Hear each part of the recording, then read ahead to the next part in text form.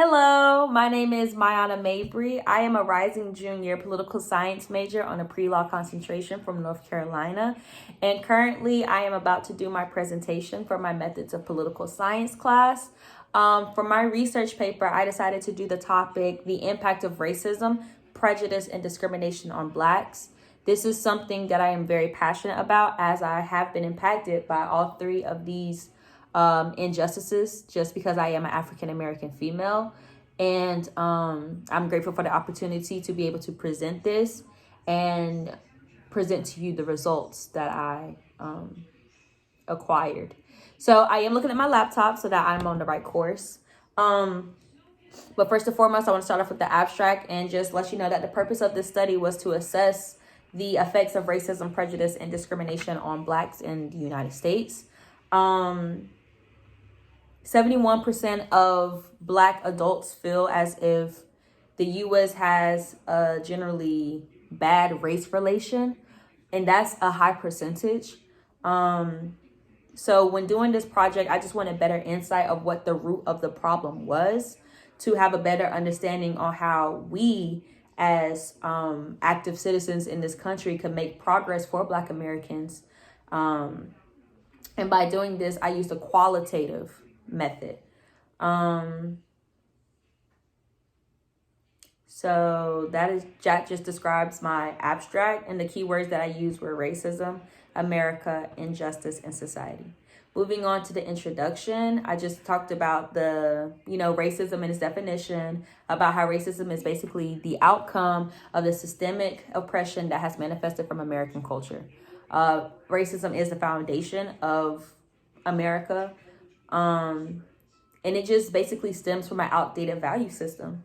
And it just amazes me that our lives today in the year 2020 is still impacted based off of the decisions and the prejudice and the racism and discrimination that was embedded into the soil of this country. Like that to me just amazes me, because it shows that even though we take so many steps forward as a country, we are very progressive.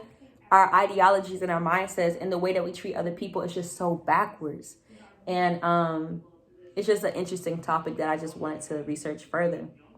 But as far as the introduction, I said that it looks at three prominent issues: the impact of racism on Blacks, the impact of prejudice on Blacks, and the impact of discrimination on Blacks, because researchers such as political scientists have focused on pinpointing the foundation of where the mistreatment derived from and why the effects are still prevalent today. So going to the first point of the impact of racism on Blacks. When doing this research project, I broke a lot of things up into different subgroups. So the first part was a literature review. So when it came to the impact of racism on Blacks, I used all of my information by political scientists and by authors and those who wrote journals and stuff. And so, racism is just simply a belief that a certain race is the basis of all humanity and that racial differences are inferior to that supreme race. In this case, racism is between white and Black people in this research paper. Now, I'm not just saying only white people can be racist, but in regards to my research, it's white people who are racist, Black people who are affected by racism. So according to the Pew Research Center for Social and Demographic Trends Projects, it is quoted that Blacks are particularly gloomy about the country's racial progress because more than 8 in 10 Black adults say that the legacy of slavery affects the position of Black people in America today, including 59% who say it affects it a great deal. That's still more than half. And that's a problem. How, like I said previously, how past decisions and past treatments are still affecting Black people today.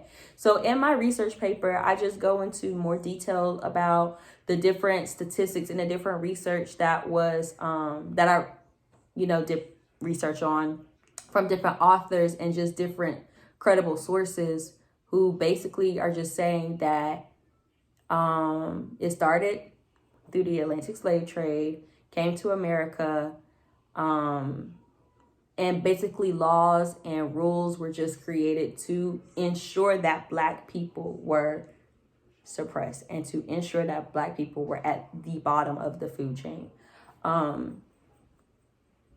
So the impact that racism has on this country, most importantly its people, is detrimental to America's progress. Like I said before, we take so many steps forward only to be pushed back by old values and ideologies.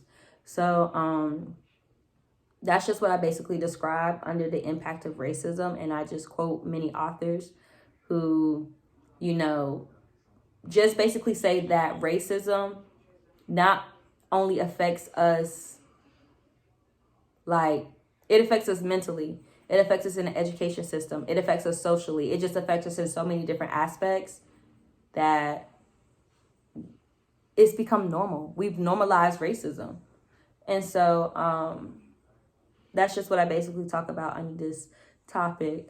So then my next topic was the impact of prejudice on Blacks. And there is a difference between racism, prejudice, and discrimination. So with the impact of prejudice on Blacks, basically being prejudiced consists of making basic assumptions of a person or a community and viewing one as a stereotype instead of an individual. So, this racial misconception can be observed in implicating those according to their social class. So, just saying something like Black people live in the ghetto. That's not true. That's just a common stereotype. Or Black people eat watermelon. Black people eat fried chicken. Black people, there ain't no Black dads in the Black home. Those are just common stereotypes that we hear a lot that just aren't true, and it's time for us to debunk. So again, under this category, I just quoted many authors who have done research over the years on different ways that prejudice has affected Black Americans. And, again, going back to the health industry, the education industry, even something as simple as trying to obtain a job and maintain a job, prejudices make itself known in everyday behavior, and it's something that we are currently working on debunking. So then the last point that I had made was the impact of discrimination on Blacks. And I started off by giving psychological research showing that the impact of racism shows an increase in stress. Now, as an African-American student, who grew up in North Carolina, who grew up around white people all the time, I can most definitely say that this is something I can relate to. And I know many other students can relate to as well. It has resulted in a lot of mental health issues, a lot of depression and anxiety. So I just list all those statistics and all those facts in my research paper. And of course, give credit to the authors. And then for my theoretical framework, I actually really like this part because author C.P. Jones wrote Levels of Racism, a Theoretic Framework, and A Gardener's Tale, where she made an allegory of a gardener with two bins of trees, wealthy and bad dirt, red and white roses, and the red and white roses are supposed to represent white and Black people. So it just shows the interaction between the three forms of racism, and they just highlight ways to work to reduce the social impact of racism. So, she broke it down into three categories: internalized racism, personally mediated racism, and institutionalized racism, which institutionalized racism is the most dominant, the most prominent one that we see every single day. And so with this, I ended up actually using visuals and graphs so that, my reader would better understand and grasp things. So it's not just all words, they have some visuals in front of them. So then next, I talked about my methodology, and I actually did conduct research myself. I interviewed 20 people and asked them if, they have been personally impacted by racism, prejudice, and discrimination. All of them were Black indeed, and it was a 100% success rate saying, yes, it has impacted me.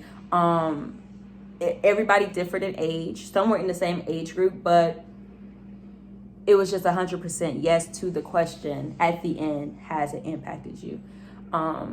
Different shades, different backgrounds from, different locations, yet the problem remains the same, which is racism, prejudice, and discrimination. So in conclusion, You know, we should just recognize racial intolerance in our community. We first have to address the problem, and then we need to honestly work together to tackle it. You know, if we are not unified as a people, I just don't know how we can overcome this obstacle that seems to be so prevalent and evident in our everyday life, but we normalize it.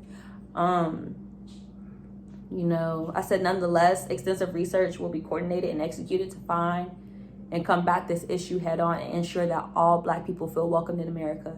It makes no sense that we built this place, but we're not even welcome to live in our home. So, like I said, I know I'm kind of rambling a lot, but this is actually something I'm very passionate about, and this is something that I would love to do further research on. Because I just want to ensure that the next generation and the generation after, they don't have to experience what we had to experience.